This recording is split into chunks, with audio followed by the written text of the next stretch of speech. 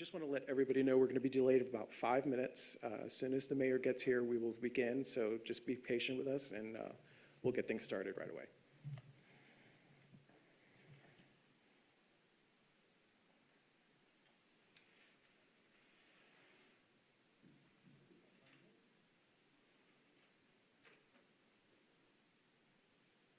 Everyone good technically? Everything working? Okay.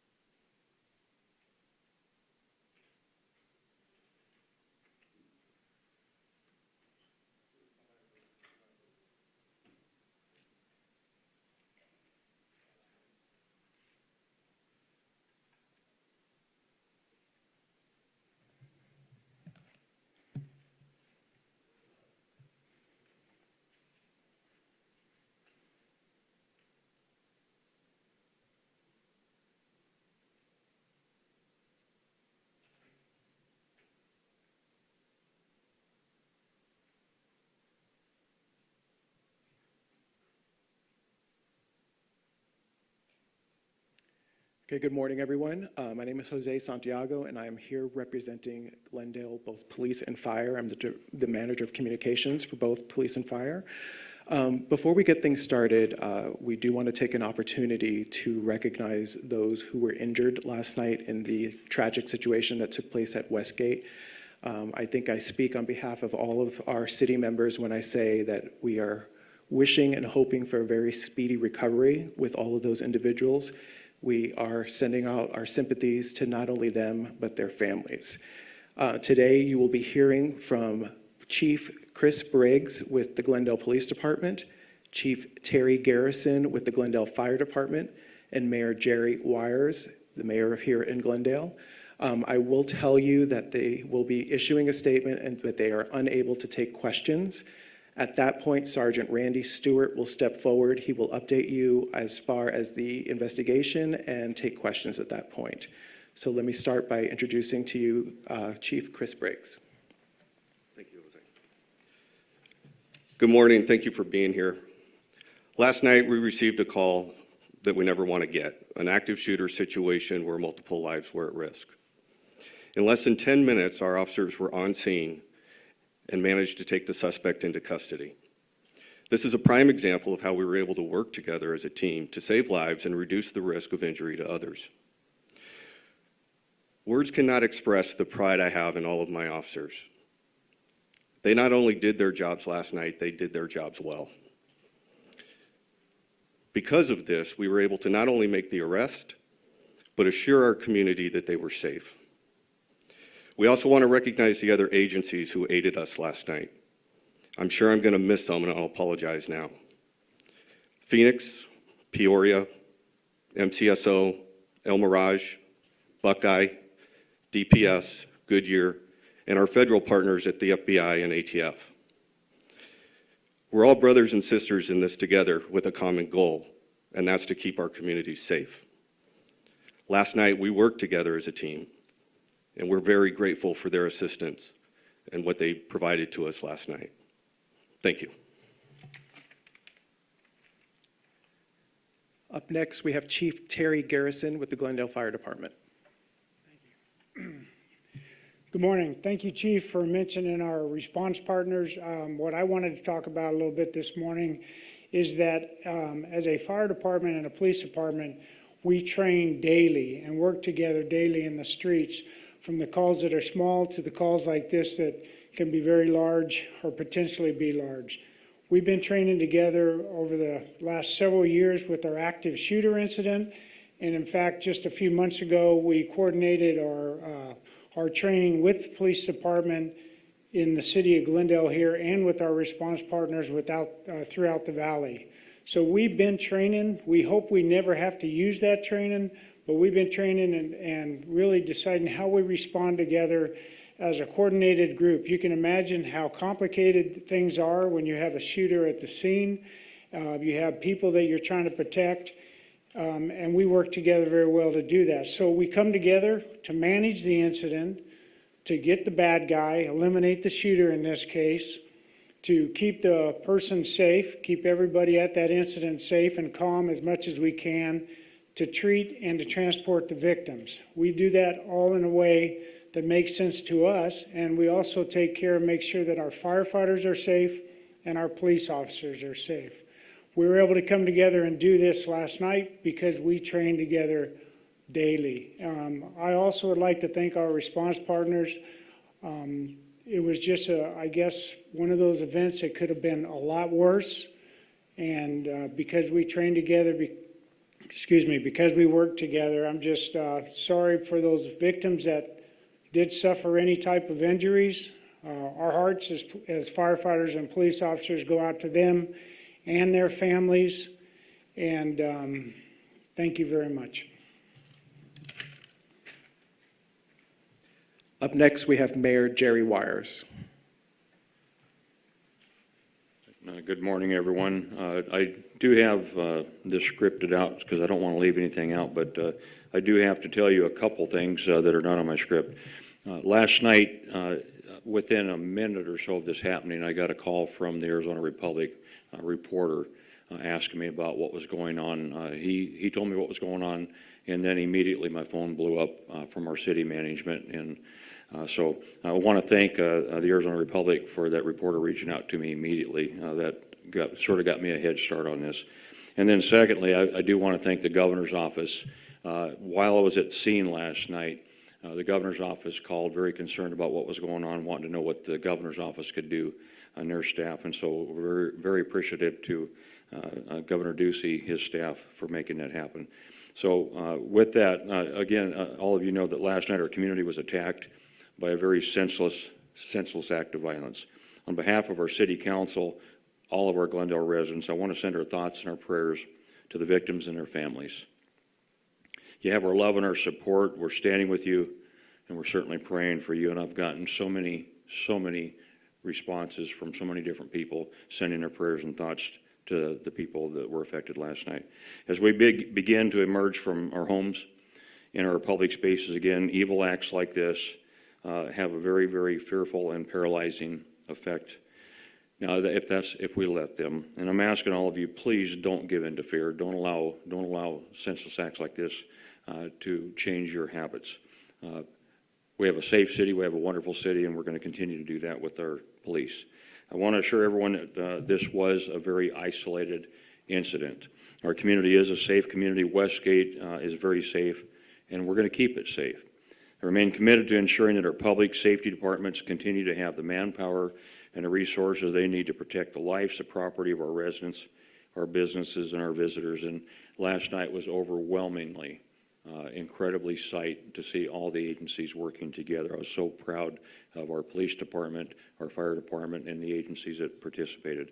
I want to thank, again, all of the amazing men and women from the Glendale Police Department, our Glendale Fire Department, and all of our partnering agencies who responded in such a timely manner last night.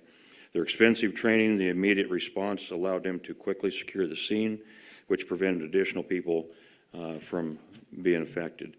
I'm grateful for all the messages of support again from our governor, the Arizona mayors, and all the mayors from across our great nation that have reached out to us. In the last 12 hours, I've heard from business leaders, community leaders from across our state, all sharing the very same message. Arizona will not give in to fear in times like this. And that's something I want everybody to understand. We're not going to give in to fear like this. Instead, we're going to stand together. We're going to emerge stronger, and we're going to be more unified. And I want to thank everybody for being here today. Get that message out. Let our citizens and people that visit Glendale know that we're a great city. Thank you.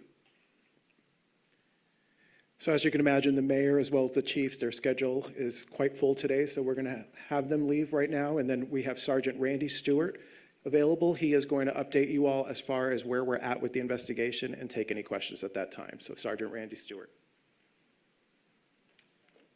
Good afternoon. I'm going to provide you a briefing of the information that we have so far. Just keep in mind that this is still very early in the investigation, and there's still a lot of information that we are trying to gather. About 7:25 p.m. last night, we got several 911 calls of an active shooter.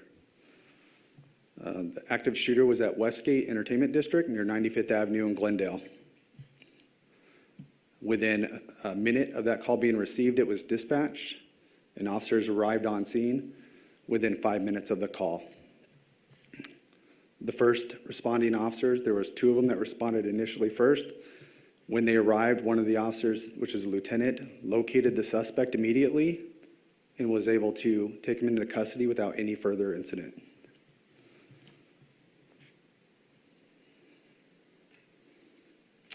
The suspect did, in this case, later admit to detectives that he was planning on going to Westgate to harm 10 victims with this horrendous act. As this was going on simultaneously, other officers responded and started helping to provide first aid with the victims. What I could tell you about the victims at this point is that there was a 19-year-old adult male.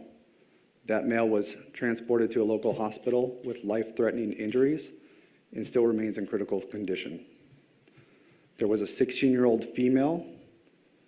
That female was transported to a local hospital with non-life-threatening injuries. And there was a 30-year-old adult female victim that was on scene and did not require hospitalization and was not transported. Again, as we mentioned before, several agencies responded to this location and quickly helped and diligently helped to search all areas of Westgate to make sure that the situation was contained, that there were no other outstanding victims, and with limited information we had at that time, we made sure that there were no other suspects involved.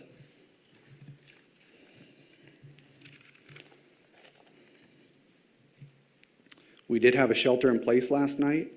We did lift that shelter in place around midnight. So it took about 5 hours to clear the entire district with all the help that we have to ensure the safety. I can tell you since then, the investigation has concluded at that location as far as the crime scene, and the businesses are now open. The shooter, he has been identified as 20-year-old Armando Hernandez Jr. He is a Peoria resident. Investigators worked tirelessly throughout the night.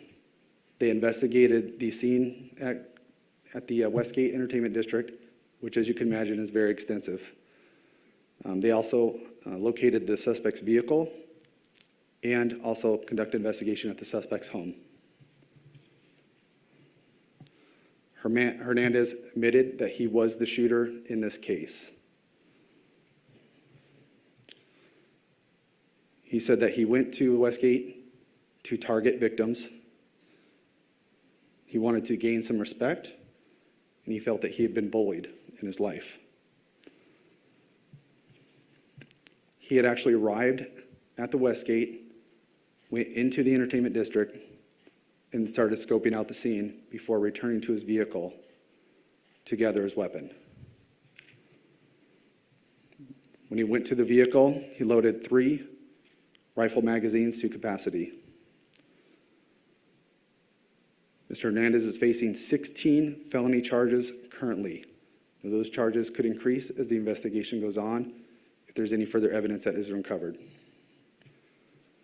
To go through the charges that are currently, he was charged with 3 counts of aggravated assault causing serious injury, 3 counts of aggravated assault with a deadly weapon, 5 counts of discharging the firearm, 2 counts of felony criminal damage, and 1 count of disorderly conduct with a weapon. Again, the investigation is still ongoing at this time, and it'll take quite some time to gather through all the evidence. We are aware of the social media that the suspect put out. We have identified that suspect as being that person that was involved in that video. And we are looking into gathering any further evidence that might have been put out on video. In addition, we are asking for anybody that has firsthand information about the incident, firsthand information about videos, to please contact the Glendale Police Department. We'll be providing a press release, and in that press release, we will be giving a link where citizens can upload that video. So at this time, I'll open it up to any questions that anybody might have. Is there anything you can tell us about the weapon and were any other weapons recovered at his address? What I can tell you right now is there was a black assault rifle that was recovered on scene. I don't have information on any other weapons that might have been involved or at his home at this time. Sergeant, why the number 10? Why did he want to harm 10 people? And the 3 people who were hurt, were they specifically targeted? So we don't have all the details at this point on that. We'll be looking into it, but I don't know for sure exactly why the suspect decided 10 people. Will this be treated as a terrorism incident by chance, the FBI getting involved? So the investigation, again, is early ongoing. We are working with FBI officials, but at this time, we are charging the state charges as mentioned. Sergeant, any idea why you picked last night, Wednesday night? I don't have information on that at this time. Again, this is early in the investigation, so we still have a lot of information to go through. Yes. I know that within the charges, there was something about a transformer or something like that. There was also a power outage last night in Glendale. Is there any correlation between those two? So there is a correlation. There was a power transformer at Westgate. During the shooting, he shot one of the transformers. This was near one of the victims that he shot. So it could have been a stray round that went through a door to the transformer behind the area that it was secured at. That caused the power to go out. Since then, the power has been restored. Were any officers at Westgate during the time of the shooting? And secondly, there are a lot of private security guards on site there. What role do they have, if any, in responding? So what I could tell you is there are security, as you mentioned, that will be on site. I don't know exactly the numbers or the details to that. The Glendale Police Department did not have anybody, to my knowledge, that was working at Westgate at that particular time. And 5 minutes response time, I'm sure for people there in the moment, probably felt like an eternity. How does that compare to your standards as a police department in a shooting situation? So 5-minute response time, you just have to keep in mind everything that's involved in a call. First of all, our 911 was flooded with 911 calls. They have to take that information, dictate it to our dispatcher who dispatches that information. The officers receive that information, have to figure out the location, which is usually given out pretty quickly, and then respond, which, as you know, at 7 o'clock in the afternoon, we could still be facing traffic, even with emergency responses. Then once on scene, you have to navigate through the Westgate and then finally locate the suspect. So understanding that would be a long time for some people on scene, but that was actually a very quick response. And given Westgate's prominence, do Glendale Police typically have officers there during the week? And should there have been an officer around that area? Well, those are always things that we'll look forward to in the future to look at. I can tell you that they do hire off-duty officers, but I don't have all the details to when they hire them. Did he talk about why he chose Westgate? So I don't have the information at this time of why he chose it. Again, we're still early in the investigation. Was Hernandez Jr. ever on anybody's radar about a potential person to do something like this? So our investigators will be looking at that, but that will be uncovered later. I don't have the information at this time. Sergeant, can you walk us through a little more how he was taken into custody, what part of the district, and did he just surrender, or how'd that play out? So he started on the east side of the Westgate district, made his way through the Westgate district to the west side. And there he was contacted by the lieutenant who pulled up on scene, who was the second responding officer on scene, who identified him. What I can tell you is they took him into custody. He was compliant with the officer's commands and was taken into custody without any further incident. Was it the east-north side that he entered, east-south? Are you able to give us any more description? It was the east, kind of towards the center. Towards the center, and then he exits towards the center on the west? Yes, in that area. He said he wanted to harm, he mentioned he wanted to harm 10 people. Did he have any intention of killing 10 people? I don't know all the details to what he said to the investigators. I could just tell you that he did say that he was trying to harm 10 people. One of the 3 victims, he said, did not go to the hospital. Yes. So were they shot or injured in another way? The person was shot with minor injuries. Can you give us any idea on how many gunshots total we're talking about? I don't know at this point. The investigators have just finally finished combing through that crime scene this morning. It'll take some time to gather all that information. What was the make of the rifle? We don't know exactly the make of the rifle. I can tell you that it was a black assault rifle. Did responding officers hear gunfire when they arrived? And is there, if not, is there any indication why he stopped firing? I don't know exactly why he stopped firing. He did mention to the investigators that he gave up when he saw the officers responding. Was he hiding when the lieutenant encountered him? No. And who gave, how did you send the shelter-in-place order? Is that something that happens after police arrive and then they just simply tell everyone in the physical area shelter-in-place, or was there some kind of other? So anytime we have a scene like this, we'll put up crime scene to block off anybody from entering.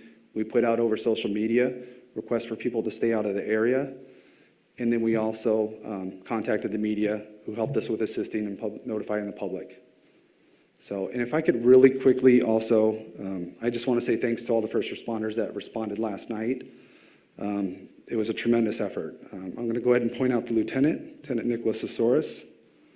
A 26-year vet was the lieutenant that responded and initially located the suspect and took him into custody. Was the gun legally obtained? Did it pass background check? That's just information we'll be looking for throughout the investigation. Do we know if the victims were transported to Brownsville Hospital in the West Valley? I'm sorry, can you repeat that? What hospital were the victims transported to? All I can tell you at this time is they were transported to a local hospital. Right now, we're still working on the details as far as charges are concerned, so you'll have to contact the county attorney's office as far as when that will take place. I do want to take this opportunity once again to recognize the men and women that were out there at Westgate. This was a very escalated situation that could have had a much more tragic turn than it did. We unfortunately did see 3 people injured in all of this, but this had the potential to take lives and certainly had the potential for more injuries. These men and women risked their lives, responded as quickly as possible, and managed to get this situation not only under control, but to apprehend the suspect at the same time. So I do want to acknowledge that when it comes to the men and women of the police department, as well as all those neighboring agencies. Thank you guys so much for joining us today. That's going to be the only update that we're going to have available today. So again, we hope you got all your questions answered. If we have any more information, we will release it. But as of right now, we're not expecting to release any more information. Thank you, guys.